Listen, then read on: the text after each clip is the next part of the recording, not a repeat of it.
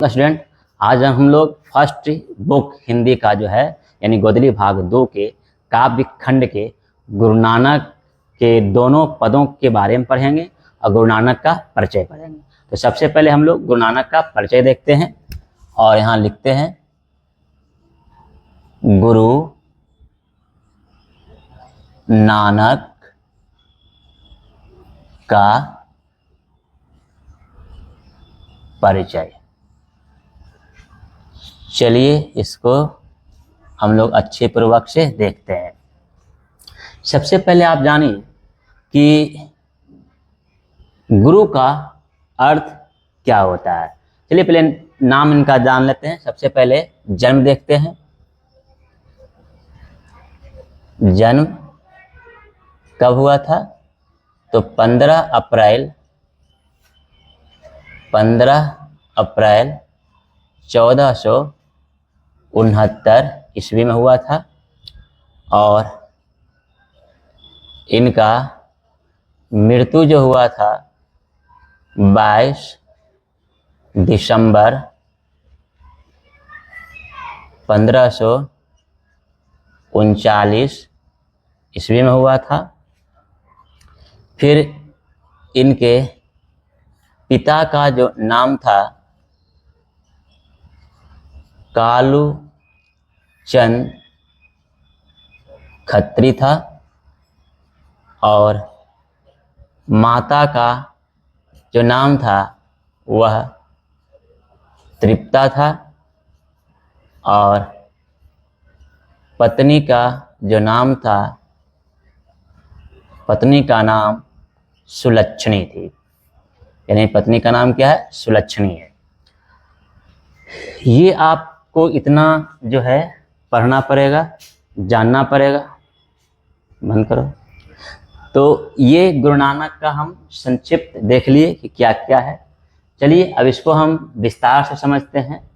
और सबसे पहले तो आप ये जानिए कि गुरु का अर्थ क्या है। अब इसको देखिए, दो अर्थी में तरिए, एक होता है गु और दूसरा अर्थ है, दूसरा अक्षर है रु। यानी गुरु जो है शब्द जो है इसमें दो अक्षर आपको मूल रूप से दिखाई दे रहा है, गु और रु। तो गु का अर्थ क्या होता है? गु का अर्थ होता है अंधकार। गु का अर्थ होता है अंधकार और रु का अर्थ होता है दूर करने वाला, दूर करने वाला। तो इसका शाब्दिक अर्थ आपको समझ में आ गया होगा कि अज्ञान रूपी अंधकार को दूर कर ज्ञान रूपी प्रकाश की ओर जो ले जाने का काम करता है उसे ही हम क्या कहते हैं? गुरु कहते हैं। तो गुरु का परिभाषा समझ में आ गया। ध्यान दीजिए, ये नानक यानी इनका वास्तविक नाम नानक है। तो चलिए यहाँ भी हम लिख देते हैं, एक स्टार और बना देते हैं, नाम। तो नाम क्या है इनका? नानक है। ध्यान दीजिए, नाम क्या है? नानक है। लेकिन यहाँ गुरु नानक कहा गया है।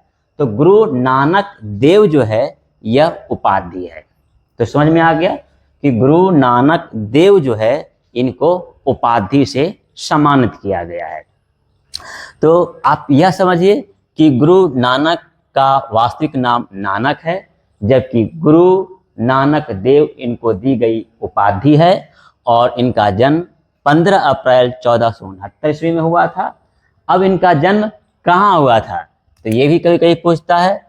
तो आपको याद रखना पड़ेगा तलबंदी, है ना, तलबंदी ग्राम में।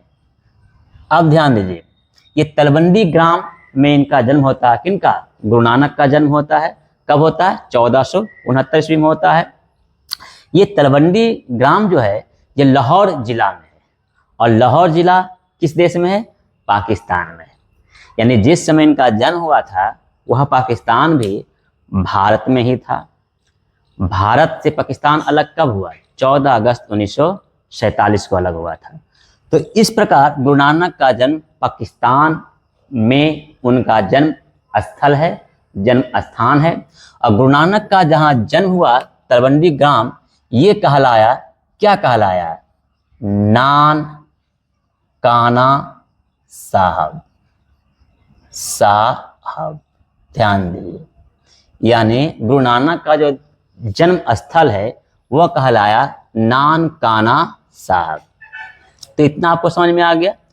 गुरु नानक जी का माता का नाम था तृप्ता और पिता का नाम था कालूचंद खत्री और पत्नी का नाम था सुलक्ष्मी। ये अच्छी तरह से आप जानते हैं। गुरु नानक की मृत्यु जो हुआ था वह 22 दिसंबर 1539 में हुआ था और इनका जो समाधि स्थल बनाया गया था वो करतार में बनाया गया था। कहाँ? करतार में बनाया गया। और ये करतार जगह कहाँ है? पाकिस्तान में ही है।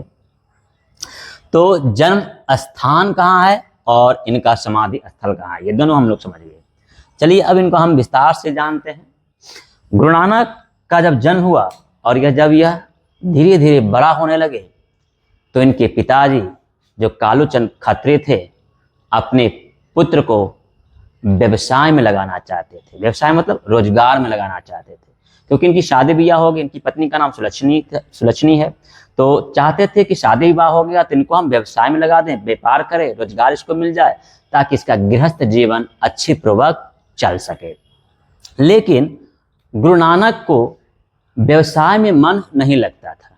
इनका मन जो है भक्ति की ओर खींचा हुआ चला गया। यानी गुरु नानक व्यवसाय की जगह भक्ति में रमना शुरू हो गए, भक्ति में लीन हो गए। और यही कारण था कि इन्होंने घर को छोड़कर तीर्थ यात्रा के लिए, परिभ्रमण करने के लिए यह घर से निकल पड़े। और जब यह घर से निकले तो गुरु नानक को जो भेंट हुआ, सर्वप्रथम किससे भेंट हुआ? भेंट जो हुआ वह बाबर से हुआ। बाबर, ध्यान दीजिए। और यह बाबर कौन था? यह मुगल साम्राज्य का संस्थापक था, मुगल वंश की नींव रखने वाला व्यक्ति था। तो बाबर से भेंट हुई किसकी? गुरु नानक की। और गुरु नानक फिर आगे बढ़ते हैं और बढ़ते हुए वह 2 जगह की यात्रा ज़्यादा करते हैं।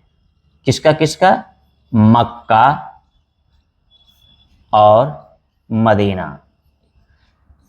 ये 2 जगह गुरु नानक जी परिभ्रमण करते हैं, मक्का मदीना की यात्रा करते हैं, घूमते हैं और घूमते हुए सभी लोगों के संपर्क में आते हैं। यह घूम घूम कर भी अपने ज्ञान को विस्तार देने का क्या करते हैं? काम करते हैं। गुरु नानक जी घूमते हुए समाज की जो कुरीतियाँ थी, समाज में जो कह सकते हैं वैमनस्यता आ गई थी, समाज में जो अवगुण समा गया था, उन सारे अवगुणों और दुर्गुणों को क्या किया? अध्ययन करने का काम किया। और इस तरह से वो अपने ज्ञान की सीमाओं को और विस्तार देने का कार्य किए। वह घूमते हुए सभी को सही रास्ता पर लाने का कार्य किए। अब ध्यान दीजिए, गुरु नानक जी जो हैं ये इस तरह से कई इनकी पुस्तकों की रचना हुई, अर्थात कह सकते हैं रचना। अब ये जो रचना है वह कौन कौन पुस्तक का रचना हुआ? तो जपू जी पूछता है एग्जाम में कि गुरु नानक जी ने कौन कौन से पुस्तकों की रचना की। तो पहला हो गया जपू जी, आपका दूसरा हो गया आशा दीवार, और आपका तीसरा जो पुस्तक हो गया गुरु नानक का वो हो गया सोहिला। क्या हो गया? सोहिला। और जो चौथा आपका पुस्तक हो गया ये हो गया रही रास। यानी गुरु नानक जी ये 4 पुस्तकों को लिखने का काम किए और इन चारों पुस्तकों के माध्यम से जनमानस को एक नई दिशा देने का कार्य किए। अब ये चारों पुस्तकों को एक जगह संग्रहित करने का काम सिख धर्म के 5वें गुरु गुरु अर्जुन देव ने किया। अब ध्यान दीजिए, सिख धर्म के 5वें गुरु कौन थे? अर्जुन देव। तो ये गुरु अर्जुन देव जो थे, यही क्या किए, गुरु नानक के चारों पुस्तकों को एक जगह संग्रहित किए और उसको क्या कहा गया, उसको कहा गया गुरु ग्रंथ साहिब। क्या कहा गया, गुरु ग्रंथ साहिब, गुरु ग्रंथ साहिब। तो पूछेगा परीक्षा में कि गुरु ग्रंथ साहिब की रचना किसने किया, तो गुरु अर्जुन देव। एग्जाम में पूछेगा कि सिख धर्म के 5वें गुरु कौन थे, तो गुरु अर्जुन देव। यहां लिख दीजिए गुरु अर्जुन देव। आपसे पूछेगा कि सिख धर्म के पहले गुरु का नाम क्या था, तो आपको बताना पड़ेगा गुरु नानक। आपसे क्वेश्चन पूछेगा कि सिख धर्म के 10वें गुरु और अंतिम गुरु कौन थे, तो गुरु गोविंद सिंह, जिनका जन्म पटना साहिब में हुआ था। तो ये आप इतना जानते हैं और जानकारी रखना चाहिए। अब हम लोग आगे बढ़ते हैं कि ये जो गुरु अर्जुन देव गुरु ग्रंथ साहिब की रचना किए, ये कब किए थे, 1604 ईस्वी में।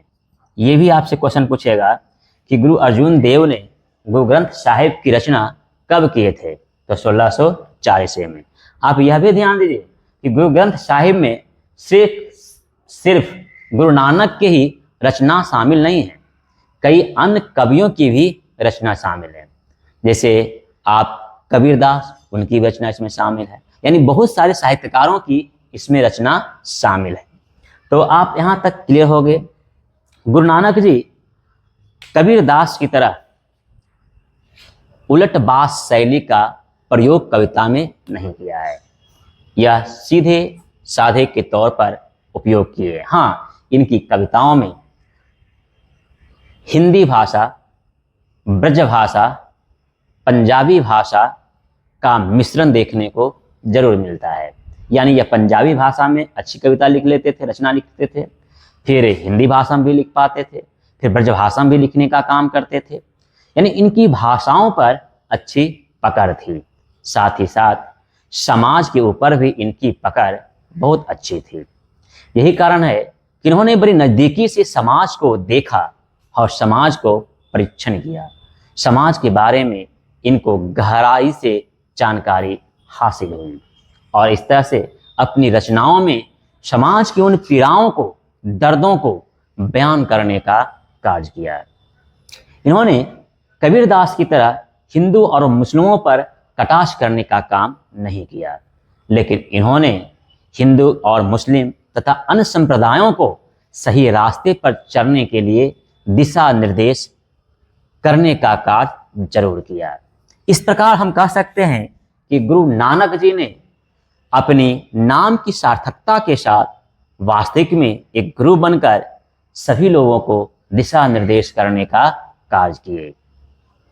अब सोचिए कि इन्होंने अपने काव्य खंडों में जिस तरह से ब्रजभाषा, पंजाबी भाषा, हिंदी भाषा का संयुग्मन किया, उसका कह सकते हैं मिलाते हुए जो सही उपयोग करने का काम किया, इनकी रचनाओं को और भी रोचकता बनाने का कार्य करता है।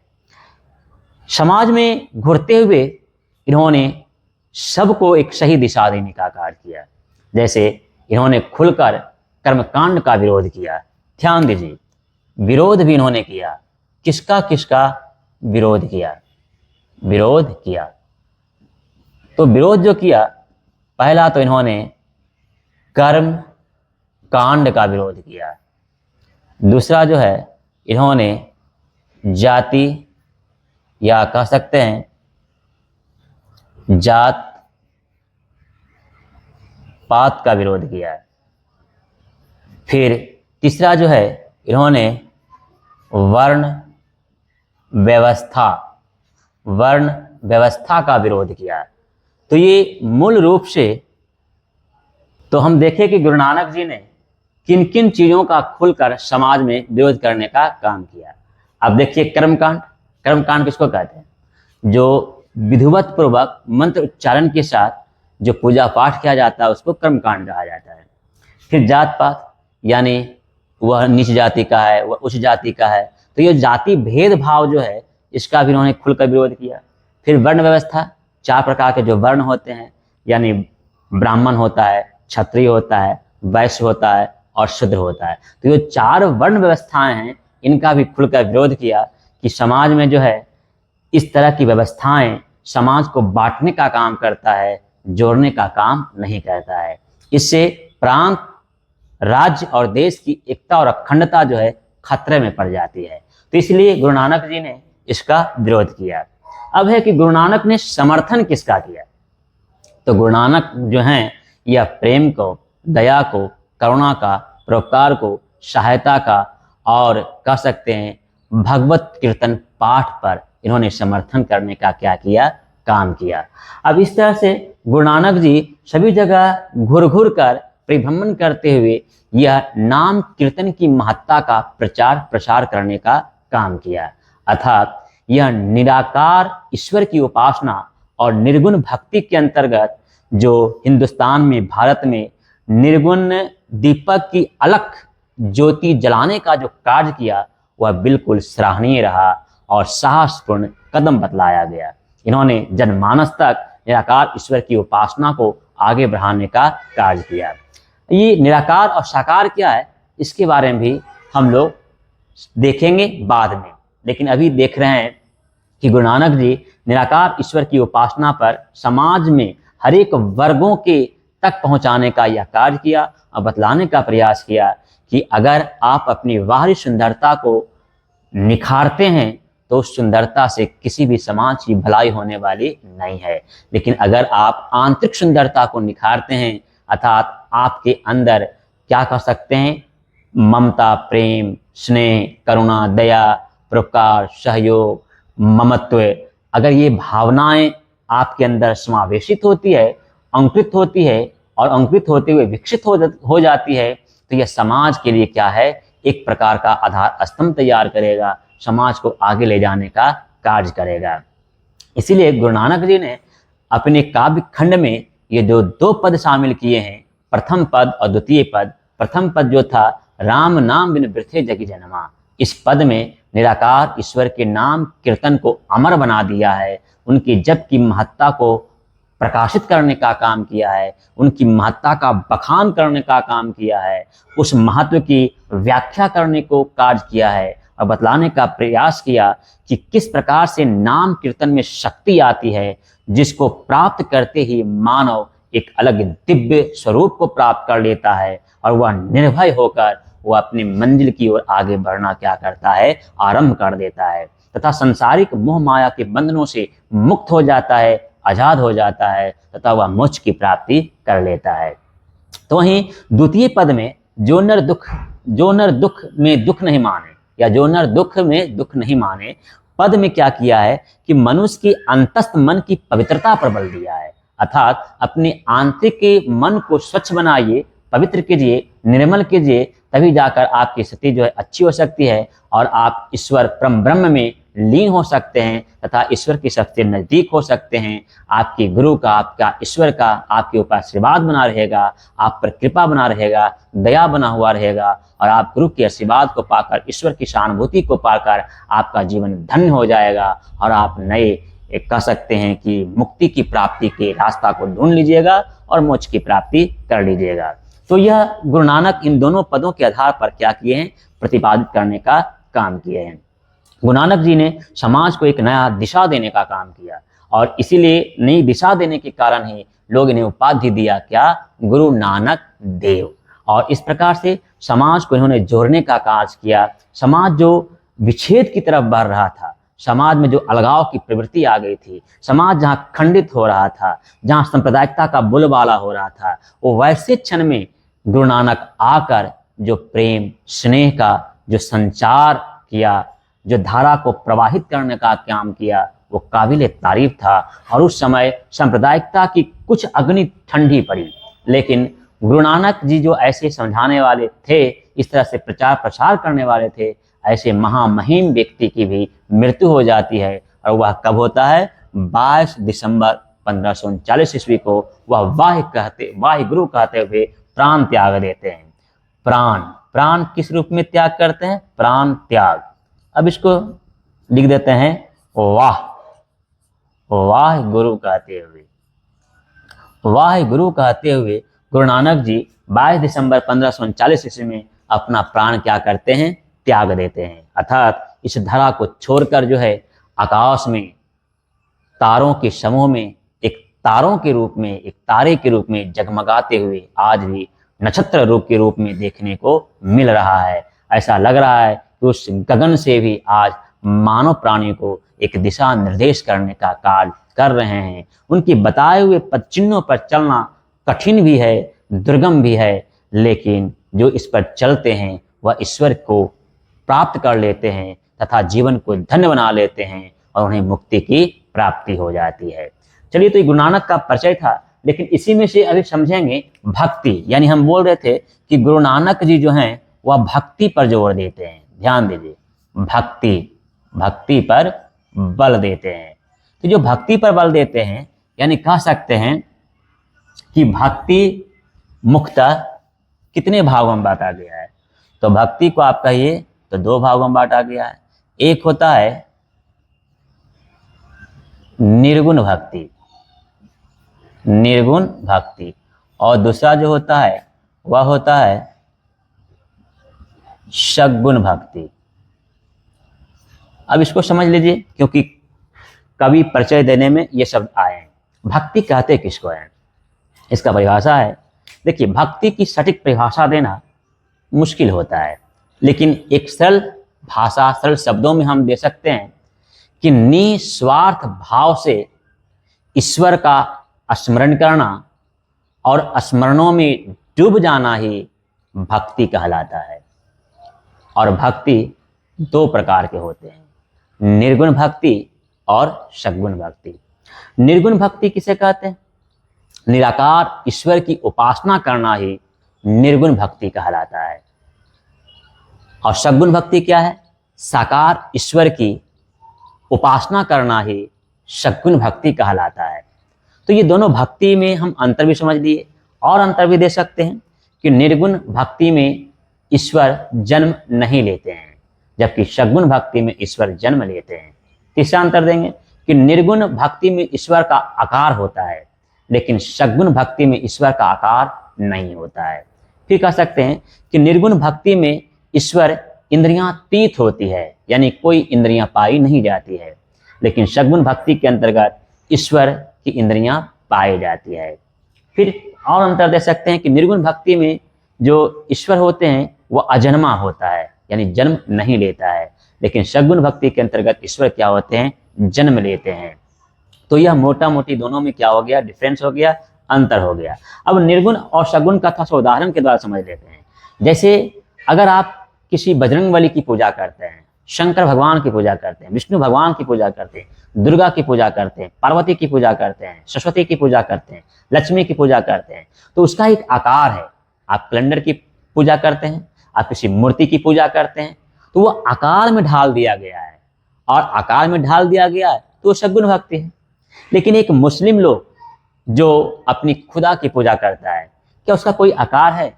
कोई आकार नहीं है, वह निराकार है। तो इसलिए मुस्लिम जो ईश्वर की व खुदा की पूजा करते हैं वह निर्गुण भक्ति के अंतर्गत आ जाता है, निराकार ईश्वर की वह पूजा करते हैं। तो इसलिए सद्गुण भक्ति किसे कहते हैं और निर्गुण भक्ति किसे कहते हैं, आप समझ गए। लेकिन आज वर्तमान में अगर कहिए तो भक्ति की परिभाषा ही बदल गई है। आज भक्ति जो है वह स्वार्थ से जुड़ गया है। आज देखिए, जितने भी पूजा पाठ करने वाले लोग होते हैं वह कुछ ना कुछ मांगने के लिए जाते हैं, या जब उनकी मांग पूरा हो जाती है तो उसे मांग के बदले में धन्यवाद देने के लिए जाते हैं। देखते हैं भगवान से क्या कहते हैं, हे भगवान हमारी ये मनोकामना पूर्ण कर दीजिए, हम आपको 1 किलो रसगुल्ला चढ़ा देंगे, 1 किलो लड्डू चढ़ा देंगे, 1 किलो पेड़ा चढ़ा देंगे। क्या वो भगवान खाते हैं? यानी भगवान को भी मानव रिश्वत देने के लिए आगे बढ़ जाता है, और रिश्वत देकर वो अपना काम करवाना चाहता है। तो ये जो भावनाएं भावुकता के रूप में जो बहती है, यह कभी भी भक्ति नहीं हो सकती है।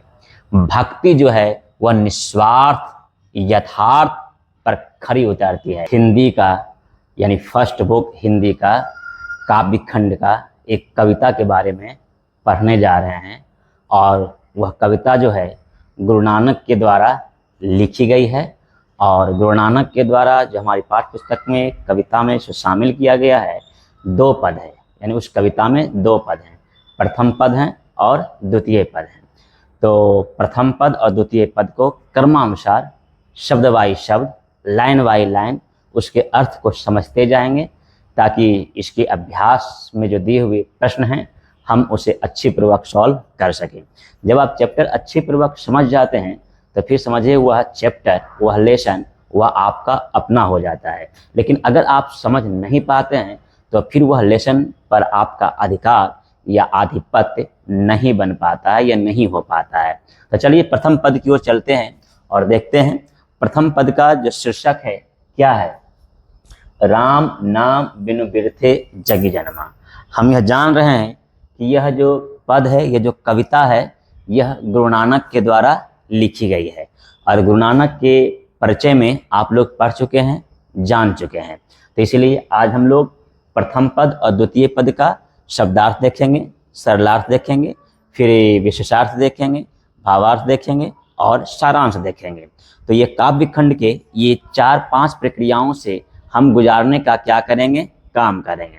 तो प्रथम पद में देखते हैं, प्रथम पद का शीर्षक है राम नाम बिनु बिरथे जगी जन्मा।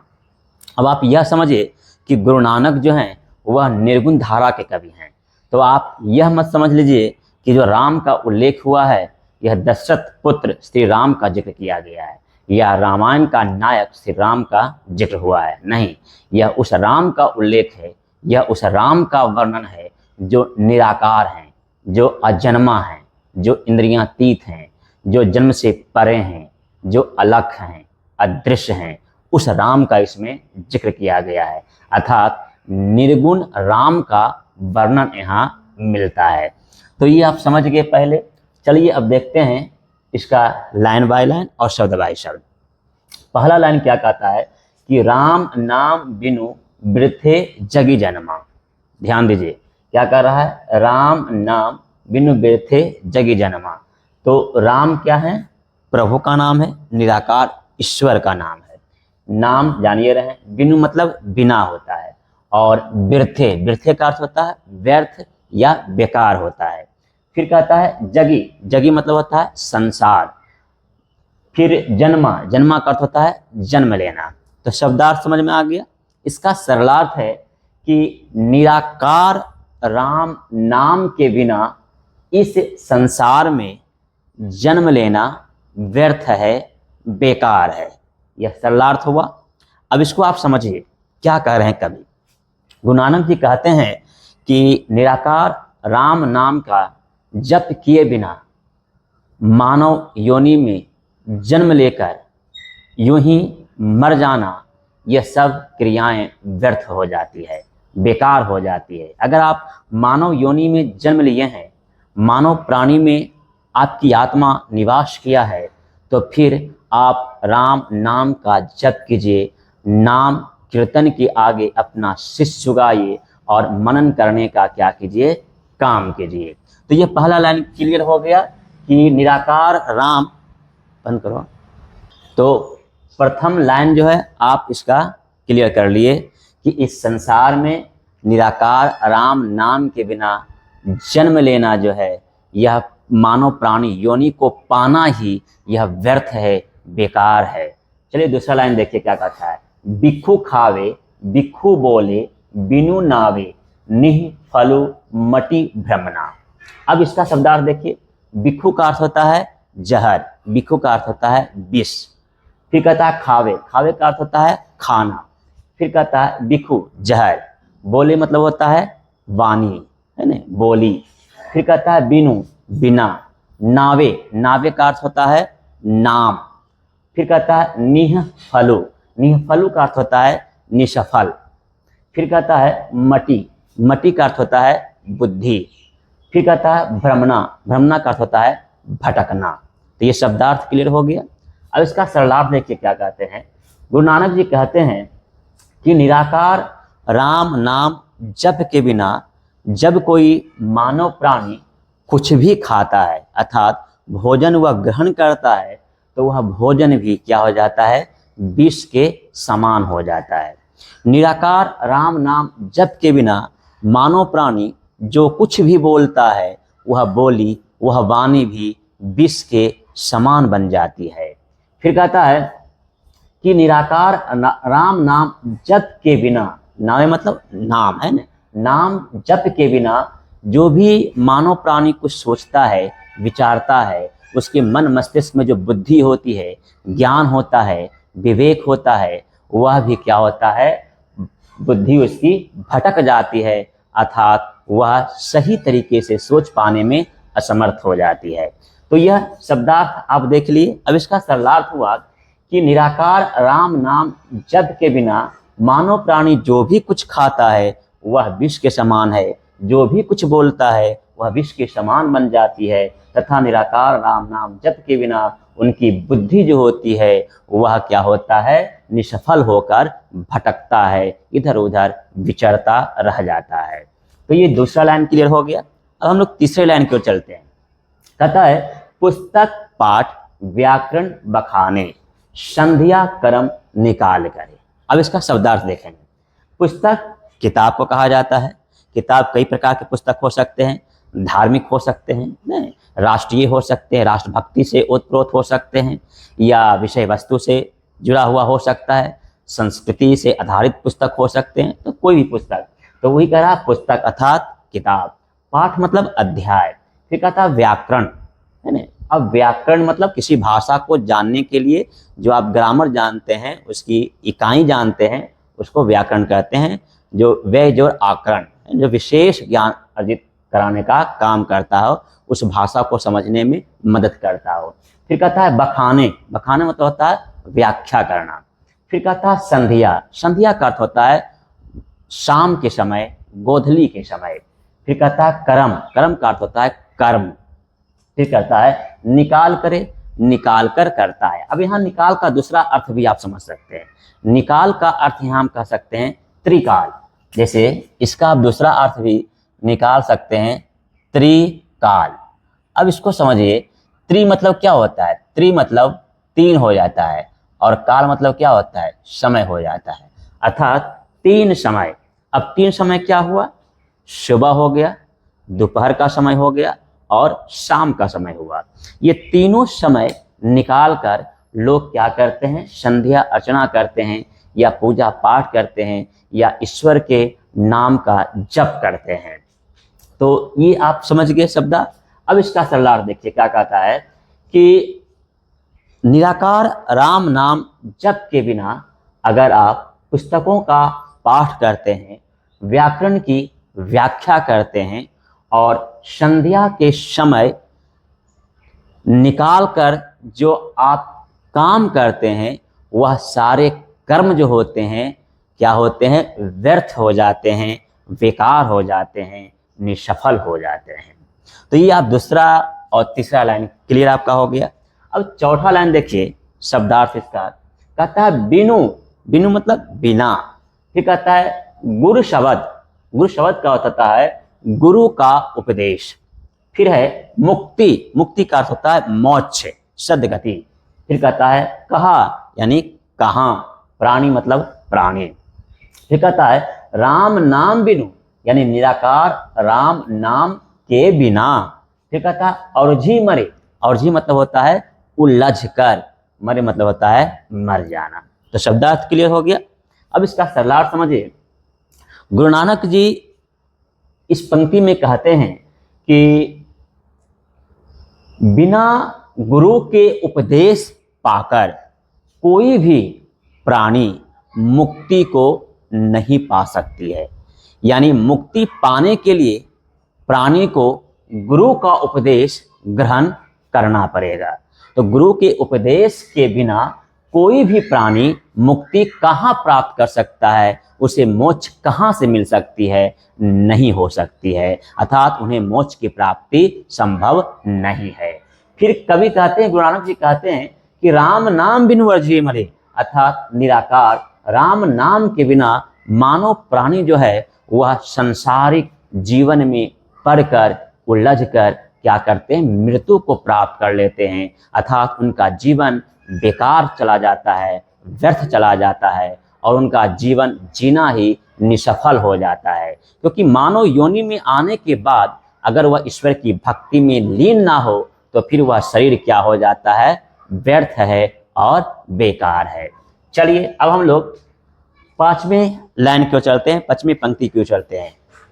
क्या कहता है, दंड कमंडल शिखा सूत धोती तीर्थ गवनु अति भ्रमनु करे। अब इसका शब्दार्थ समझिए। दंड का अर्थ होता है, दंड क्या है, दंड छोटी लाठी होता है, कमंडल छोटी बाल्टी होता है जो साधु लोग ग्रहण करते हैं, लेकर चलते हैं। शिखा, शिखा मतलब टीक होता है, चोटी होता है। फिर सूत, सूत मतलब जनेऊ होता है। और धोती का अर्थ जो धोती लोग पहनते हैं पूजा पाठ करने में। फिर तीर्थ, तीर्थ मतलब होता है तीर्थ। और गवनु का अर्थ होता है यात्रा, यानी तीर्थ यात्रा के लिए। अति मतलब अधिक। और फिर कहता है भ्रमनु, भ्रमनु मतलब घूमना फिरना, भटकना, करे मतलब करना। अब इसका सरलार्थ हुआ कि दंड कमंडल लेकर, शिखा बढ़ाकर, जनेऊ को धारण कर और पीली धोती को पहनकर तीर्थ यात्रा के लिए लोग क्या होते हैं, भ्रमण करने हेतु, घूमने फिरने हेतु निकल पड़ते हैं या चल पड़ते हैं। साधु का रूप धारण करते हैं, संत बन जाते हैं और तीर्थ यात्राओं पर निकल पड़ते हैं। तो ये सारे जो कर्म हैं, ये सारे जो कार्य हैं, यह सब क्या है, व्यर्थ है, बेकार है। किसके बिना, राम नाम के जप के बिना। चलिए अब हम लोग 6ठे पंक्ति की ओर चलते हैं। राम नाम बिनु शांति न आवे, जपी हरि हरि नाम सुपारी परे। अब इसको शब्दार्थ समझिए। राम तो बार बार सुन रहे हैं, निराकार राम नाम के बिना। शांति का अर्थ होता है शांति, न मतलब नहीं, आवे मतलब आना, यानी निराकार राम नाम के बिना शांति नहीं आती है। फिर कहता है जपी हरि हरि, यानी हरि हरि का अर्थ होता है विष्णु, जपी मतलब जपना, नाम मतलब नाम, सु मतलब सुंदर, पारी मतलब पार, परलोक, पार मत परे मतलब पार करना।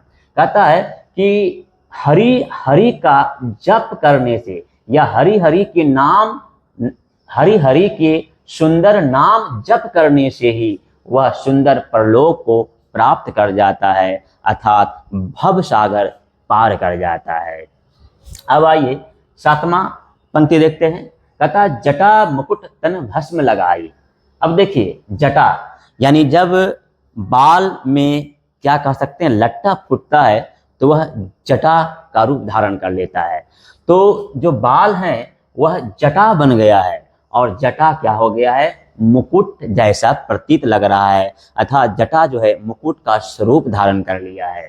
फिर कहता है तन, तन मतलब शरीर, और भस्म मतलब होता है राख, लगाई मतलब लगाना। फिर कहता है वसन, कपड़ा, छोरी, छोरी मतलब छोड़ देना, त्याग देना। तन मतलब शरीर और नगन का अर्थ होता है नंगा या नग्न, भया मतलब होना। अब इसका सरलार्थ है कि जटा बढ़ाकर या जटारूपी मुकुट को धारण करते हुए शरीर पर भस्म लगाकर और वस्त्र विहीन होकर, नग्न शरीर होकर वह क्या होते हैं, ईश्वर की प्राप्ति के लिए निकल पड़ते हैं, अर्थात वह दिगंबर हो जाते हैं, वस्त्र विहीन हो जाते हैं।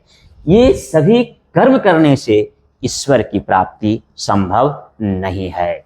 चलिए अब 8वीं पंक्ति की ओर चलते हैं। अब 8वां कहता है जेते जिय जंत थल महियल जत्र तत्र तू सर्व जिया। अब इसका शब्दार्थ समझिए। जेते मतलब होता है जैसे या जिस तरह या जिसके। फिर कहता है जिया, जिया मतलब होता है जीना। जंत या जिया मतलब यहाँ जीव हो गया और जंत मतलब जंतु हो गया। थल मतलब क्या हुआ, थल मतलब धरती हो गया या स्थल हो गया। महिल मतलब पृथ्वी हो गया। जत्र मतलब जहां और तत्र मतलब क्या होता है, यहाँ, है ना, जहां। या जत्र मतलब कह सकते हैं यहाँ हुआ और तत्र मतलब तहां हुआ, है ना। तत्र का अर्थ क्या हुआ, तहां। जत्र मतलब यहाँ। फिर समझिए जत्र मतलब यहाँ और तत्र मतलब तहां, जहां तहां। फिर देखिए तू मतलब क्या होता है, वे। शरव मतलब सभी। जिया मतलब जी लेता है। अब इसका सरला समझिए इस पंक्ति का सरलार्थ यानी सरल अर्थ समझिए। गुरु नानक जी कहते हैं कि जिस तरह जीव जंतु स्थल पर, पृथ्वी पर, जहाँ तहाँ रहकर सभी जी लेते हैं। अब समझिए कि जितने भी पृथ्वी पर जीव जंतु हैं वह सभी जहाँ तहाँ रहकर सब जीवन यापन करते हैं, जीवन निर्वाह करते हैं, जैसे तैसे जी लेते हैं। लेकिन मानव को जैसे तैसे जीवन जीना नहीं है। अगर मानव निराकार राम नाम का स्मरण नहीं करता है, उससे नाम कीर्तन में डूब नहीं जाता है, तब तक वह मानव प्राणी को मोक्ष की प्राप्ति नहीं होगी। निराकार राम नाम जप के बिना वह मानव फिर किसी न किसी रूप में जीव जंतु के योनि में वह फिर से अवतरित होगा और वह जहाँ तहाँ रहकर फिर से वह जीवन यापन करना क्या करेगा, शुरू कर देगा। अर्थात वह विभिन्न योनियों में वह विचरण करता रह जाएगा, भटकता रह जाएगा। क्यों? क्योंकि उसने अपने जीवन में नाम कीर्तन का महत्व को नहीं समझा। चलिए अब हम लोग 9वीं पंक्ति की ओर चलते हैं। कहता है गुरु प्रसादी राख ले जन को है रस नानक झोली पिया। अब इसका शब्दार्थ समझिए। गुरु किसको कहा गया है? ईश्वर को कहा जाता है। यानी गुरु और ईश्वर एक सदृश होते हैं, समान होते हैं। अब देखिए इस शब्द को समझिए। गु का अर्थ होता है अंधकार, रू का अर्थ होता है दूर करने वाला। अर्थात अज्ञान रूपी अंधकार को जो दूर करता हो वही गुरु है। यानी जो अंधकार से प्रकाश की ओर ले जाने का काम कर रहा हो उसे हम क्या कहते हैं? गुरु कहते हैं। फिर कहता है प्रसादी का अर्थ होता है उपदेश। फिर कहता है राख ले का अर्थ होता है रख लेना। फिर जन मतलब लोग, कोई, हरि रस। अब इसको तोड़िए, हरि जोड़ रस। हरि मतलब विष्णु, रस मतलब आनंद। यानी साहित्य में, हिंदी में रस का अर्थ आनंद होता है। जब कोई व्यक्ति आनंदित होता है तो समझे वह रस का पान कर रहा हो। तो हरि रस यानी हरि का रस, हरि के भजन से जो आनंद की प्राप्ति हो रही है वह हरि रस होता है। कहता है नानक यानी कवि का नाम हुआ। झोली मतलब क्या हुआ? झोली पिया का यहाँ क्या हुआ? पिया का अर्थ यहाँ होता है पान करना। और झोली का अर्थ क्या होता है? झोली का अर्थ होता है कि संपूर्ण भक्ति को संग्रहित करते हुए। यहाँ झोली का अर्थ ये मत समझ लीजिएगा कि झोला होता है, नहीं। यहाँ झोली का अर्थ होता है संग्रहित करना, संचित करना, जमा करना। और पिया का अर्थ होता है पान कर जाना। चलिए अब इसका सरलार्थ देखिए। गुरु नानक जी कहते हैं कि जिस मानव प्राणी पर गुरु की कृपा हो जाए, यहाँ प्रसादी का अर्थ कृपा भी होता है ना, आशीर्वाद भी होता है। तो जिस मानव प्राणी पर गुरु की कृपा आ जाती है और वह गुरु का कृपा उपदेश को अपना प्रसाद समझकर संग्रहित करता है, रख लेता है, तो वह मानव प्राणी को या किसी भी प्राणी को क्या होता है? किसी प्रकार की विपदाओं को झेलना नहीं पड़ता है। जो हरि की भक्ति भजन में डूब जाता है, जो भक्ति में तल्लीन हो जाता है, जो भक्ति में रम जाता है, उसके कारण ही उसे क्या होती है? आनंद की प्राप्ति होती है। गुरु नानक जी खुद स्वीकार कर रहे हैं कि हमने भी क्या किया? गुरु अर्थात ईश्वर की कृपा को पाकर हमने भक्ति भजन को क्या किया है? सारा संचय कर जमा कर उसे पान किया है, पीने का कार्य किया है। तब जाकर ही हमें सद्गति की क्या हुई है? प्राप्ति हुई है। तो 9वीं पंक्ति भी आप समझ गए। अब इस पंक्ति को जब हम पढ़ें, प्रथम पद को पढ़ें, तो इससे यही अवलोकन होता है या इससे यही ज्ञात होता है कि गुरु नानक जी प्रथम पद में जो हैं वह एक चीज पर फोकस किए हैं, एक चीज पर लोगों की नजर डालने का काम किए हैं। और वह क्या है? नाम कीर्तन। अर्थात गुरु नानक नाम कीर्तन को सर्वोपरि बतलाया है। और यह बतलाने का प्रयास किया है कि अगर आप ईश्वर के स्मरण नहीं करते हैं, अगर ईश्वर के नाम में खो नहीं जाते हैं, अगर ईश्वर के नाम में डूब नहीं जाते हैं, तो इसके बिना आप अपने जीवन में जितने भी कर्म करते हैं, जितने भी पद्धतियों को अपनाते हैं, प्रणालियों को स्वीकार करते हैं, वह सब क्या होते हैं, व्यर्थ हो जाते हैं। चाहे आपकी वेशभूषा, चाहे आप किसी भी कर्मकांड को क्यों ना माने, चाहे आप किसी भी धार्मिक पुस्तकों का अध्ययन क्यों ना करें, लेकिन अगर ईश्वर के नाम और कीर्तन को आप छोड़ देते हैं, त्याग देते हैं, उसके बिना ही आप सारे कर्म करते हैं, तो वह सब कर्म नाम कीर्तन के आगे क्या है, व्यर्थ है और बेकार है। अर्थात गुरु नानक ने प्रथम पद में ईश्वर के नामों के कीर्तनों को महत्ता बतलाने का प्रयास किया है और नाम जप को सर्वोपरि माना है और कहा है कि मानव प्राणी इसी ईश्वर के नामों को जप करते हुए इस भव सागर से वह पार हो सकता है तथा मोक्ष की प्राप्ति कर सकता है। तो इस पर ये फोकस करने का काम किए हैं। अब चलिए, ये हम देखिए, शब्दार्थ देख लिए, सरलार्थ देख लिए, अब इसका थोड़ा सा भावार्थ समझिए। यानी प्रथम पद का भावार्थ यही है कि जितने भी आज के समय में जो ईश्वर की प्राप्ति करने के लिए या कोई भी प्राणी मुक्ति पाने के लिए जो बाह्य आडंबर का काम करता है, दिखावापन दिखाने का काम करता है और ईश्वर की प्राप्ति के लिए अनेकों साधनों को जुटाने का काम करता है, वह सब व्यर्थ है, वह सब बेकार है। मानव प्राणी में जन्म लेकर अगर नाम कीर्तन में नहीं खोया, नहीं डूबा, तो उसका मानव योनि में जन्म लेना ही व्यर्थ है और बेकार है, क्योंकि उसे कभी भी सद्गति प्राप्त होने वाली नहीं है। तो इस पद का भावार्थ हुआ। अब इस प्रथम पद का विशेषार्थ समझिए।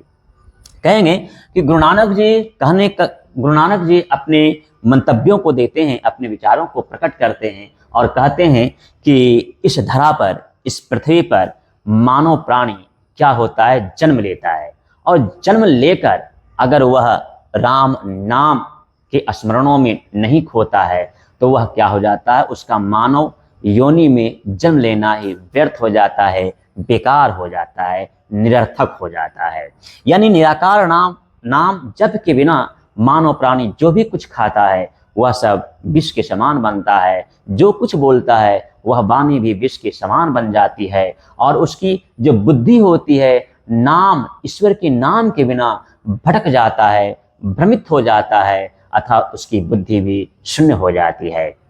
निराकार ईश्वर के राम नाम जप के बिना आप पुस्तक का पाठ करते हैं, व्याकरण की व्याख्या करते हैं, संध्या के समय तीनों प्रहरों में कह सकते हैं या संध्या के समय जो आप पूजा अर्चना करने का काम करते हैं वह सब भी व्यर्थ है, बेकार है। अगर आप गुरु का उपदेश नहीं सुनते हैं, गुरु का उपदेश ग्रहण नहीं करते हैं, तब आपको कहीं भी मुक्ति मिलने वाली नहीं है, क्योंकि राम नाम के बिना यह मोह माया संसारिक जीवन में लोग क्या होते हैं, पड़ जाते हैं और पढ़ कर उलझ जाते हैं और वह उलझ कर क्या होते हैं, मर जाते हैं।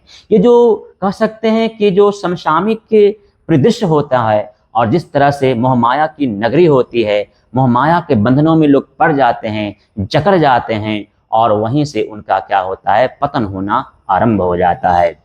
तो कभी इस बात की पुष्टि किया है कि गुरु का उपदेश ही वह होता है जो मोह माया के जालों से क्या करता है, पार कर देता है, उसे निकाल देने का काम करता है। गुरु नानक जी फिर कहते हैं कि लोग ईश्वर की प्राप्ति के लिए नाना प्रकार के क्या करते हैं, साधनों को जुटाते हैं और विभिन्न प्रकार के योनियों को वो प्राप्त करते हैं। कह सकते हैं कि जैसे दंड कमंडल धारण कर लेते हैं, अनेकों प्रकार का रूप धारण करते हैं, दंड कमंडल धारण करते हैं, शिखा बढ़ा लेते हैं, जनेऊ धारण कर लेते हैं या फिर नग्न होकर तीर्थ यात्रा पर क्या होते हैं, गमन करने के लिए निकल पड़ते हैं।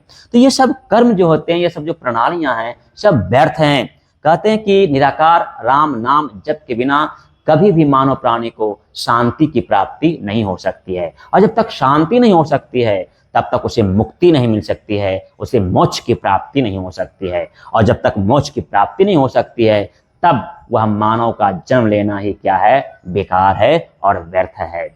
ये हम विशेषार्थ में समझ रहे हैं। फिर गुरु नानक जी कहते हैं कि मानव ईश्वर की प्राप्ति के लिए जटा बढ़ाता है, जटा रूपी मुकुट को धारण कर लेता है, या फिर शरीरों पर क्या करता है, यज्ञ आहुतियों का राख लेप लेता है, लगाने का काम करता है, वस्त्रविहीन होकर ईश्वर की खोज में निकल पड़ता है। यह सब जितने भी कर्म होते हैं यह सब बेकार हैं, यह सब दिखावापन है, बाह्यडंबर है, क्योंकि आप कर्मकांड को मानते हैं, पूजा पाठ में प्रवेश कर जाते हैं, मंत्रोच्चारण में डूब जाते हैं, लेकिन नाम कीर्तन को आप छोड़ देते हैं। जो महत्वपूर्ण होते हैं उन महत्वपूर्ण चीजों को आप छोड़ते हैं, और जो नहीं है उसको आप गले लगाने का क्या करते हैं, काम करते हैं। तो ये सब व्यर्थ है, सब यह बेकार हो जाता है।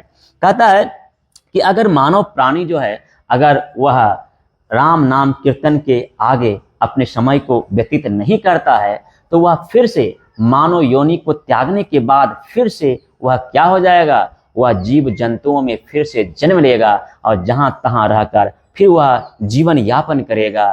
कई योनियों में वह भटकते रह जाएगा, क्योंकि मानव योनि तभी सफल होगी जब आप नाम कीर्तन के स्मरणों में खो जाते हैं, डूब जाते हैं, और भगवान का, ईश्वर का नाम का क्या करते हैं, स्मरण करते रहते हैं, जप करते रहते हैं। गुरु नानक खुद स्वीकार करते हैं कि हमने भी ईश्वर की जो प्राप्ति किया, हरि का जो सुंदर रसपान किया, भगवत कीर्तन का जो अध्ययन किया, और भगवत कीर्तन पाठ करने से जो हमें आनंद की अनुभूति हुई, वही आनंद तो हरि रस कहलाता है, जिससे पान कर कर ही यह पाप रूपी भव सागर से ईश्वर उसको क्या करते हैं, नाविक बनकर नाव को खेते हुए सुंदर प्रलोक को पहुंचा देने का काम करते हैं, जहां से मानव प्राणी को मुक्ति मिल जाता है, सद्गति की प्राप्ति हो जाती है, और मानव प्राणी में जन्म लेना उसका सफल हो जाता है। तो इस प्रकार प्रथम पद का गुरु नानक के पद जो थे उसका हमने विशेषार्थ बताया, यानी कविता को हमने शब्दार्थ के दौर से गुजारा, सरलार्थ से गुजारा, फिर सारांश से गुजारा, भावार्थ से गुजारा और विशेषार्थ से गुजारा। सारांश फिर से समझ लीजिए कि प्रथम पद में गुरु नानक ने ईश्वर के निराकार राम नाम जप की महिमा का बखान किया है, और उस नाम कीर्तन के आगे सभी काम जो हैं निसफल हो जाते हैं, असफल हो जाते हैं, व्यर्थ हो जाते हैं और बेकार हो जाते हैं। इसलिए मानव प्राणी को निराकार राम नाम जप की महिमा की ओर ले जाने का क्या किए हैं, कार्य किए हैं। तो अब आपको प्रथम पद जो है यह आपको क्या हो गया होगा, समझ में आ गया होगा, अच्छे समझ लिए होंगे। चलिए अब हम लोग दूसरे पद की ओर चलते हैं, यानी गुरु नानक के दूसरा पद आप देखिए क्या है। शीर्षक है जो नर दुख में दुख नहीं माने, जो नर दुख में दुख नहीं माने। तो दूसरे पद का शीर्षक है जो नर दुख में दुख नहीं माने। अब आप समझिए क्या कहता है। पहली पंक्ति एक एक करके देखेंगे। जो नर दुख में दुख नहीं माने, शब्दार्थ देखिए। नर मतलब मनुष्य होता है, दुख जानिए रहे हैं, दुख जानिए रहे, इसमें कोई कठिन वर्ड्स नहीं है, शब्द नहीं है। इसका अर्थ हुआ कि जो मनुष्य दुख में भी दुखी नहीं होता है, यानी दुख को पाकर भी वह दुखी नहीं होता है, वह सर्वश्रेष्ठ मनुष्य है। समझिए कि दुख को पा लिया है, उससे जीवन में दुख ही दुख है, लेकिन फिर भी दुख को पाकर वह दुखी नहीं होता है, और वह उस दुख को भी क्या करता है, पार कर जाता है। तो इसीलिए गुरु नानक जी कहते हैं कि जो मनुष्य दुख में भी, गुरु नानक जी इस लाइन में, इस पंक्ति में बोल दिए कि जो मनुष्य दुख में भी दुखी नहीं होता है, दुख को वह मानता नहीं है, वह सर्वश्रेष्ठ मानव होता है, वह सर्वश्रेष्ठ प्राणी होता है। चलिए अब दूसरी पंक्ति में देखिए। कहता सुख स्नेह अरु भय नहीं जाके कंचन माटी जाने। अब यहाँ आप समझिए, सुख जानिए रहे, जिसे हर चीज की प्राप्ति हो उसे सुख की अनुभूति होती है, और सुख में वह अपना जीवन क्या होता है, आलस्य पूर्ण जीवन जीने का क्या करता है, काम करता है। फिर कहता स्नेह यानी प्रेम, अरु मतलब भी, और भय मतलब होता है डर, नहीं मतलब नहीं, जाके मतलब जाकर, यानी जो मानव प्राणी यह, तो जो प्राणी सुख में भी और प्रेम में भी, यानी सुख और प्रेम में भी भयभीत नहीं होता है, वह मानव जो है क्या होता है, अलौकिक दिव्य शक्ति को प्राप्त कर लेता है। आप समझिए, कंचन का अर्थ होता है सोना, माटी का अर्थ होता है मिट्टी, और जाने मतलब जाना, यानी जो मानव सोने को भी मिट्टी के समान समझता है, आप समझिए इस लाइन में कि जो मानव सोने को भी मिट्टी के समान समझता है, अर्थात वह मानव क्या होता है, निर्लोभ होता है, यानी उसमें किसी प्रकार का लोभ नहीं होता है, वह लोभ से ऊपर होता है, लोभ उसमें क्या होता है, समावेशित नहीं होते हैं।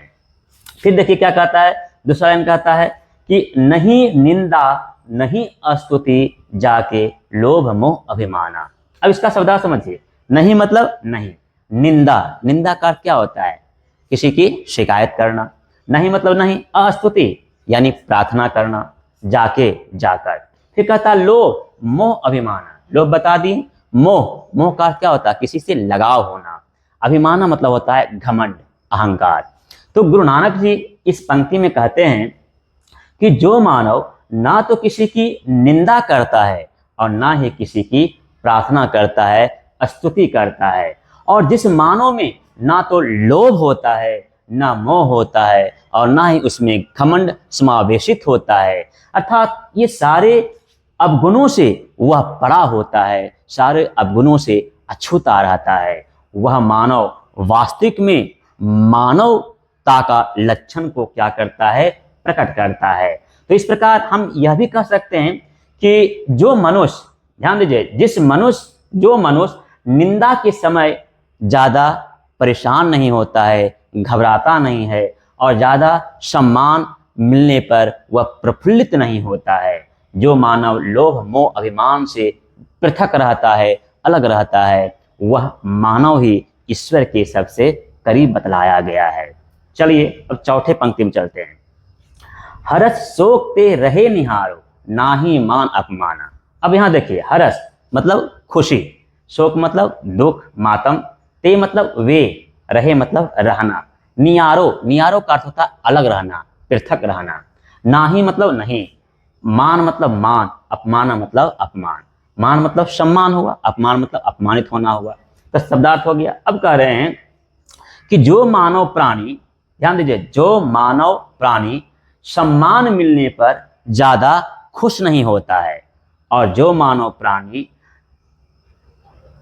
अपमानित होने पर ज्यादा दुखी नहीं होता है, अर्थात जो मानव मान और सम्मान को अपने से पृथक रखता है, अलग रहता है, हर्ष और शोक को भी अपने से दूर रखता है, वही ईश्वर के सबसे करीब माना गया है, समीप माना गया है, नजदीक माना गया है। तो इस प्रकार से चौथे पंक्ति का भी हम लोग सरलार्थ समझ गए। चलिए अब हम लोग पांचवें पंक्ति की ओर चलते हैं। कहता है आशा मनसा सकल त्यागी के जगते रहे निराश, निराश है ना।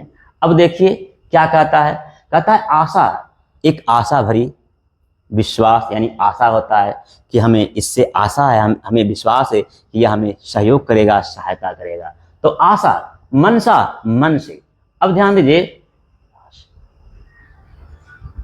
पचवीं पंक्ति हम लोग देख रहे हैं कि आशा मनसा बता दिए शब्द, आप फिर समझिए। आशा, आशा, मनसा मतलब मन में, सकल मतलब संपूर्ण, त्यागी मतलब क्या होता है, त्याग कर, उसके बाद के मतलब को, जग मतलब संसार, ते मतलब वे, रहे मतलब रहना, निराशा मतलब निराशा।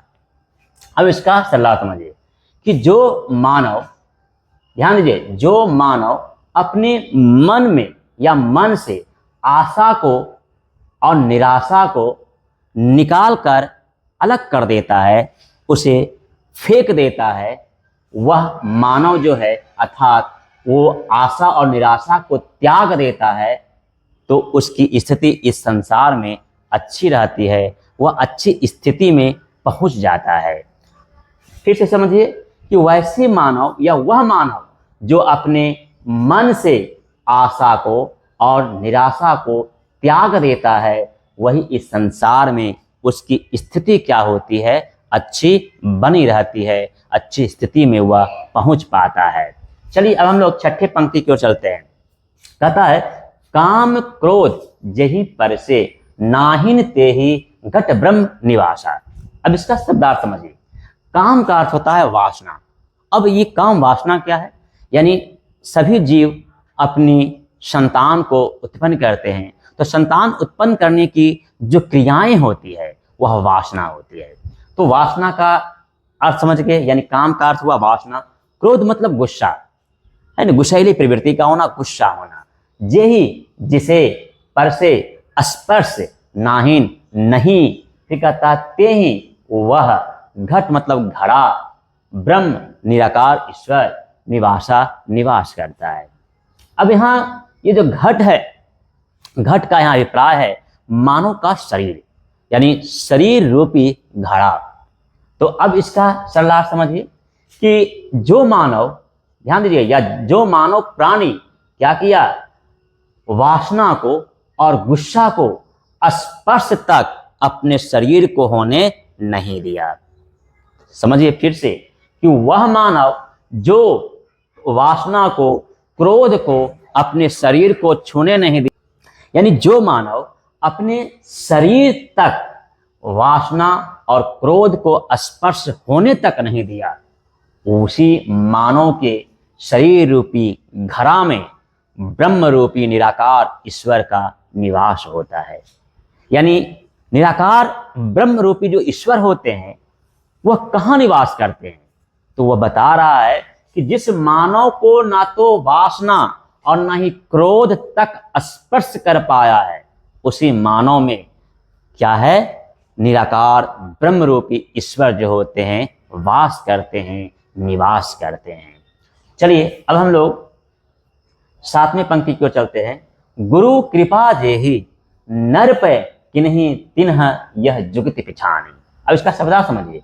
गुरु तो बता ही चुके हैं पहले, कृपा यानी जिस पर गुरु का कृपा आ जाए, गुरु की दया आ जाए, गुरु की दृष्टि जिस मानव पर पड़ जाए। फिर कहता है जेहि नर, जेहि मतलब जिस पर, नर मतलब मनुष्य, यानी जिस मनुष्य पर गुरु की कृपा आ जाए। फिर कहता है पै किन्हीं, पै किन्हीं तिन्ह यह जुगति पिछाने, कहता है वह इस संसार में, ध्यान दीजिए, तिन्ह का अर्थ होता है चिन्ह, किन्हीं मतलब कोई, कौन, है ना। जुगति, जुगति मतलब होता है उपाय, और पिछाने का अर्थ होता है पहचानना। तो वही कह रहे हैं कि मुक्ति का जो रास्ता है, मोक्ष की जो प्राप्ति का मार्ग है, उसकी पहचान करना उस मानव को ज्ञात हो जाता है, जानकारी हासिल हो जाती है। तो इस लाइन को फिर से समझिए कि जिस मानव पर गुरु की कृपा बरस जाती है, गुरु की दया जिस मानव पर खुल जाती है, दया का आशीर्वाद जिस मानव पर आ जाता है, वह मानव प्राणी इस संसार से मुक्ति प्राप्ति के जो मार्ग होते हैं, उस मार्ग को वह पहचान लेता है, और पहचान कर उस मार्ग पर चलते हुए भव सागर से वह परलोक की प्राप्ति कर लेता है, अर्थात उसे मोक्ष और मुक्ति की प्राप्ति हो जाती है। चलिए अब हम लोग 8वें पंक्ति की ओर चलते हैं। क्या कह रहा है, नानक लीन भयो गोविंद सो ज्यों पानी संग पानी। अब इसको समझिए, नानक कवि का नाम है, लीन मतलब क्या होता है, रम जाना, खो जाना। भयो, भयो मतलब होता है क्या, भयो गोविंद, भयो मतलब पूर्णतः होना, गोविंद मतलब ईश्वर। सो ज्यों जिस तरह, पानी संग पानी, संग मतलब मिलकर, साथ, संग मतलब साथ, पानी के साथ पानी। अब इसको समझिए, इस लाइन को क्या कह रहे हैं कवि, गुरु नानक जी कह रहे हैं कि नानक कवि जो हैं इतने ईश्वर के भक्ति भजन में खो गए हैं, रम गए हैं कि वह अपने आप को भी पहचान नहीं पा रहे हैं, अपनी पहचान को वह खो दिए हैं और ईश्वर की पहचान में अपनी पहचान को मिला दिए हैं। तो इसीलिए कवि कह रहे हैं कि हम गोविंद अर्थात ईश्वर में लीन हो गए हैं, और लीन उसी तरह हो गए हैं जैसे नदी का पानी जब समुद्र के पानी में जाकर मिलता है तो वह भी समुद्र का पानी बन जाता है। जैसे मान लीजिए नालों का पानी जो है वह गंगा में जाकर गिरती है या मिलती है तो वह भी गंगामय बन जाती है, अर्थात उस पानी की महत्ता भी बढ़ जाती है। उसी तरह से कवि कह रहे हैं कि जैसे ही हम गोविंद में, अपने ईश्वर में, नाम कीर्तन में खो जाते हैं, उसमें लीन हो जाते हैं, रम जाते हैं, तो यह जो शरीर, हमारी जो आत्मा है, यह आत्मा परमात्मा का अंश होता है और यह आत्मा परमात्मा में जाकर समावेशित हो जाती है, फिर परमात्मा और आत्मा का मिलन हो जाता है। अर्थात किसी भी जीव की आत्मा जो होता है वह परमात्मा का एक अंश हो।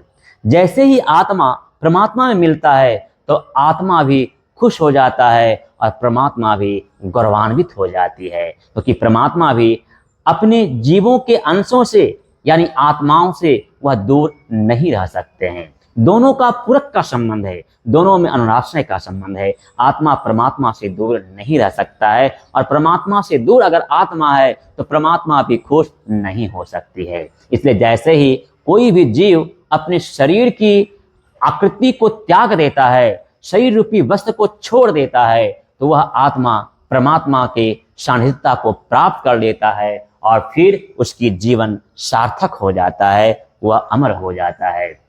ठीक उसी तरह जैसे क्या होता है कि नदी का पानी समुद्र के पानी में मिल जाता है और वह पानी समुद्र का पानी बन जाता है, तो जैसे ही आत्मा क्या हुई परमात्मा में मिल गया तो वह भी परमात्मामय हो जाता है, पर ब्रह्ममय हो जाता है, अर्थात ब्रह्ममय की पहचान बन जाती है। इसीलिए कवि ने इस पंक्ति में 8वीं पंक्ति में अपनी जो है ईश्वर के प्रति जो आस्था है और आस्था से जो प्राप्ति हुआ और उस प्राप्ति से जो मुक्ति की प्राप्ति हुई वो सारे चीज इसमें बताने का काम किए हैं और यह बतलाने का प्रयास किए हैं कि मानव को अपने ईश्वर में इतनी खो जाना चाहिए, इतना रम जाना चाहिए, तल्लीन हो जानी चाहिए कि वह अपनी आपा को खो दे, वह विशुद्ध हो जाए, वह विशुद्ध हो जाए, उसे सिर्फ ईश्वर ही ईश्वर दिखाई दे। जब वह समर्पण की भावना से ईश्वर में लीन हो जाता है तो ईश्वर उसे अपने पास बुलाते हैं और उसे सद्गति की प्राप्ति दे देते हैं, मुक्ति के रास्ता खोल देते हैं और फिर उसे मोक्ष की प्राप्ति देने का कार्य करते हैं। तो इस प्रकार से हमने द्वितीय पद में भी यह देख लिया कि शब्दार्थ क्या है, सरलार्थ क्या है। अब ये द्वितीय पद का सारांश क्या है, बार बार आपको बताते हैं कि कविता को कई दूर से गुजारा जाता है, सर्ज और अंश, ये आपको बताया गया है। सर मतलब निचोड़ होता है, अंश मतलब क्या होता है, हिस्सा होता है, भाग होता है। यानी द्वितीय भाग का निचोड़ क्या अंश है, क्या है, उसका महत्वपूर्ण चीज क्या है, तो इसका सारांश बता रहे हैं द्वितीय पद का। जो नर दुख में दुख नहीं माने, कवि कहते हैं द्वितीय पद में कि मानव प्राणी जो है वह अंतस्थ मन की पवित्रता पर ध्यान दे, बाह्य सौंदर्य को निखारने की बजाय आंतरिक सौंदर्य को अगर निखारने का काम करे तो वह मानव जो है अपने सद्गति को प्राप्त करने की राह पर वह आगे बढ़ जाता है और वह अपने जीवन में सफल हो जाता है। इसलिए आप बाह्य सुंदरता को छोड़िए और आंतरिक निर्मलता पर ध्यान दीजिए, आंतरिक शुद्धता पर ध्यान दीजिए। आपके अंदर सदाचरण होनी चाहिए, आपके अंदर प्रेम होना चाहिए, करुणा होना चाहिए, दया होना चाहिए, परोपकार की भावना होना चाहिए, लोगों की सहयोग करने की प्रवृत्ति होनी चाहिए। अगर ये सब सारे हैं, अर्थात आप निर्वैर हैं, आपके अंदर निर्वैरता समा गई है, समावेशित हो गई है, तभी आपके शरीर जो है वह क्या हो सकती है, शुद्ध हो सकती है, पवित्र रह सकती है और आप सबसे ईश्वर के करीब पाए जा सकते हैं, ईश्वर के नजदीक पाए जा सकते हैं। तो यह सारांश था द्वितीय पद का। अब इसका भावार्थ क्या है? द्वितीय पद का भावार्थ गुरु नानक जी ने यह बतलाने का प्रयास किया है कि मानव प्राणी जो कि विवेकशील प्राणी माना जाता है और ज्यादा ज्ञान होने के कारण इसकी भटकाव का भी वही कारण बन जाता है। तो भटकाव जो होता है वह तब तक भटकता रहता है जब तक कि उसे ईश्वर की कह सकते हैं कृपा की प्राप्ति ना हो जाए, ईश्वर का छत्र छाया ना मिल जाए। वह मानव विभिन्न प्रकार के जीवों की योनियों में भटकता रह जाता है, विचरण करता रह जाता है। इसलिए कवि ने द्वितीय पद में यह जोर देने का काम किया है कि आपके जो अंदर का जो बुराइयां हैं, जो दुर्गुण है, जो अवगुण है, इसे आप दूर करने का काम कीजिए और सद्गुण को धारण कीजिए। सद्गुण से ही सद्गति की प्राप्ति होगी और सद्गति से ही मोक्ष की प्राप्ति होगी। तो ये आपका क्या था, भावार्थ था। अब जो नर दुख में दुख नहीं माने का विशेषार्थ सुनेंगे, ध्यान से सुनिए विशेषार्थ इसका। कवि जो नर दुख में दुख नहीं माने, इसका विशेषार्थ के रूप में ये बतलाना चाहते हैं कि जैसे ही मानव प्राणी के रूप में जीव अवतरित होता है, वैसे ही वह दुख के साथ जन्म लेता है, अर्थात उसके जीवन में दुख ही दुख रहेगा। सुख और दुख का संगम है, कभी दुख आएगी, कभी सुख आएगी, कभी सुख के बाद दुख आएगी। तो इन दोनों परिस्थितियों में, इन दोनों स्थितियों में अगर मानव सहज रहना सीख गया, सरल रहना सीख गया, तो फिर उस मानव की स्थिति अच्छी मानी जाती है। तो इसीलिए गुरु नानक जी कहते हैं कि जो मनुष्य दुख को पाकर भी दुखी नहीं होता है, जो मनुष्य स्नेह और प्रेम में भी भयभीत नहीं होता है, जो मानव लोभ और मोह से, अभिमान से दूर रहता है, यानी उसके अंदर समावेशित नहीं होते हैं, जो मानव हर्ष और शोक से परा रहता है, मान अपमान से पृथक रहता है, फिर जो अपने मन से आशा और निराशा को दूर कर देता है, त्याग देता है, क्रोध और वासना को जो जिसे स्पर्श करने तक नहीं देता है, वैसे ही मानव के शरीर रूपी घड़ा में ब्रह्म रूपी निराकार ईश्वर का निवास होता है, वास होता है, और वह ईश्वर को पाकर प्रफुल्लित हो जाता है, खुश हो जाता है, और वह जाकर ईश्वर की सान्निध्यता को प्राप्त कर लेता है। गुरु नानक जी कहते हैं कि जो मुक्ति का मार्ग है, जो मुक्ति की रास्ते की पहचान है, वह पहचान भी मानव में तभी आता है जब गुरु की कृपा उस पर बरस जाती है, जब गुरु का उस पर छत्र छाया आ जाता है, गुरु का आशीर्वाद आ जाता है, तो उस मार्ग के चिन्ह को पहचान कर उस रास्ते पर चलना वह शुरू कर देता है, और फिर ईश्वर के सबसे करीब पहुंच जाता है, और ईश्वर उसे अपने चरणों में जगह देते हैं तथा अपने आप में समावेशित कर लेने का क्या करते हैं, काम करते हैं। तो इस प्रकार से कहते हैं गुरु नानक जी कि गोविंद में खो जाना, ईश्वर में खो जाना। देखिए, आत्मा और परमात्मा दो प्रतिबिंब होते हैं, ये दो बिंब भी होते हैं। तो आत्मा परमात्मा से दूर नहीं रह सकता है, और परमात्मा भी आत्मा से दूर नहीं हो सकते हैं। तो ये दोनों के अंदर एक बेचैनी होती है, लेकिन जैसे ही आत्मा किसी भी शरीर को त्याग कर परमात्मा में समावेशित होता है, तो आत्मा तो खुश और गौरवान्वित होता ही है, साथ ही साथ परमात्मा भी धन्य हो जाता है कि उससे जो अंश पृथक हो गया था, आज वह समावेशित हो गया है। तो इस प्रकार कवि यह बतलाने का प्रयास किए हैं कि मानव को दुर्गुणों को, बुराइयों को, अवगुणों को किनारा कर देना चाहिए, दूर कर देना चाहिए, निर्मल हो जाना चाहिए, पवित्र हो जाना चाहिए, और अपनी बाह्य सुंदरता की जगह पर आंतरिक पवित्रता पर अगर वह ध्यान दे, तो मानव कई ऊंचाइयों तक पहुंचने का वह काम करेगा, और उसे सद्गति की प्राप्ति होगी तथा उसका मानव योनि में जन्म लेना सफल हो जाएगा, और उसका जीवन कभी व्यर्थ नहीं हो सकता है, कभी बेकार नहीं जा सकता है। तो इस प्रकार से हमने प्रथम पद और द्वितीय पद के शब्दार्थ को देखा, सरलार्थ को देखा, सारांश को देखे, भावार्थ को देखे और विशेषार्थ को देखे। तो ये 5 चरणों में इस कविता को हमने गुजारने का क्या किया, कार्य किया। शायद हमें आशा ही नहीं, पूर्ण विश्वास भी है कि इस कविता को आप बहुत अच्छी तरह से समझ लिए हैं, समझ गए हैं, और समझते हुए अपने ज्ञान को क्या किए हैं, बढ़ाने का कार्य किए हैं। तो अभ्यास ये आपका क्या बोलते हैं, पाठ आपका दोनों पद समाप्त हो गया, आप समझ गए होंगे। अब अभ्यास का प्रश्न है जिसे हम सॉल्व करने जा रहे हैं। प्रश्न आपके सामने है, आपको समझाया गया है, आप देखिए किस तरह समझते हैं। पहला क्वेश्चन है, कवि किसके बिना जगत में यह जन्म व्यर्थ मानता है। क्वेश्चन है, अभी आपको पढ़ाया गया है, तो इसका उत्तर देंगे कि कवि निराकार राम नाम जप के बिना इस जगत में जन्म लेना व्यर्थ मानते हैं, बेकार मानते हैं, क्योंकि नाम कीर्तन करने से ही उसे भवसागर पार हो सकता है या पार कर सकता है, और फिर उसे मोक्ष की प्राप्ति हो सकती है, सद्गति की प्राप्ति हो सकती है तथा संसारिक उलझनों से वह मुक्त हो सकता है। तो पहला क्वेश्चन कंप्लीट हो गया। अब हम लोग दूसरे प्रश्न की ओर चलते हैं। वाणी कब विष के समान बन जाती है।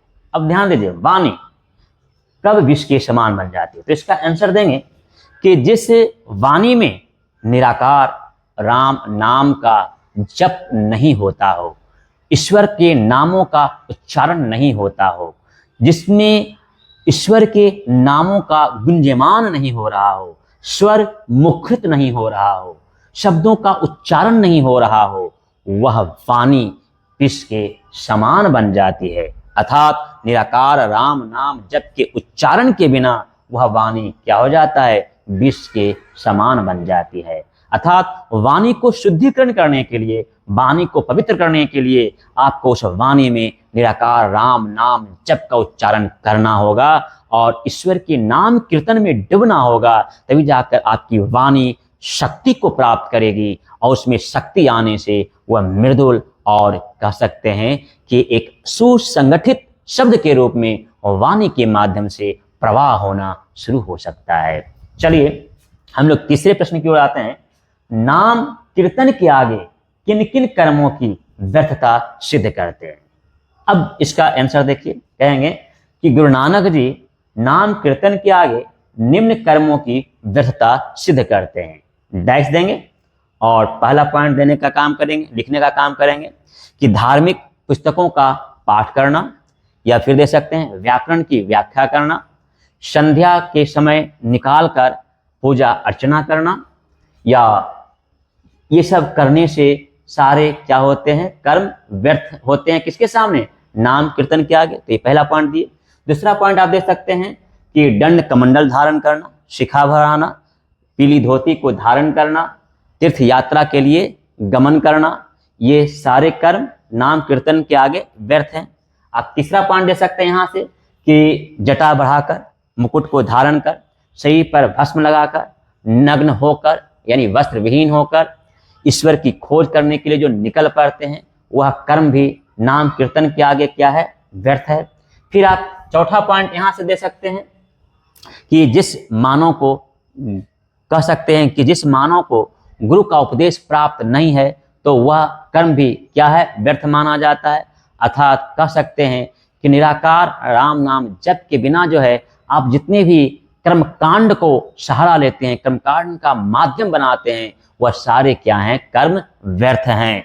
तो यहाँ आप समझ गए कि नाम कीर्तन के आगे गुरु नानक ने किन किन कर्मों की व्यर्थता सिद्ध किया है। चलिए अब आगे आइए, चौथा प्रश्न। प्रथम पद के आधार पर बताएं कि कवि ने अपने युग में धर्म साधना के कैसे कैसे रूप देखे थे?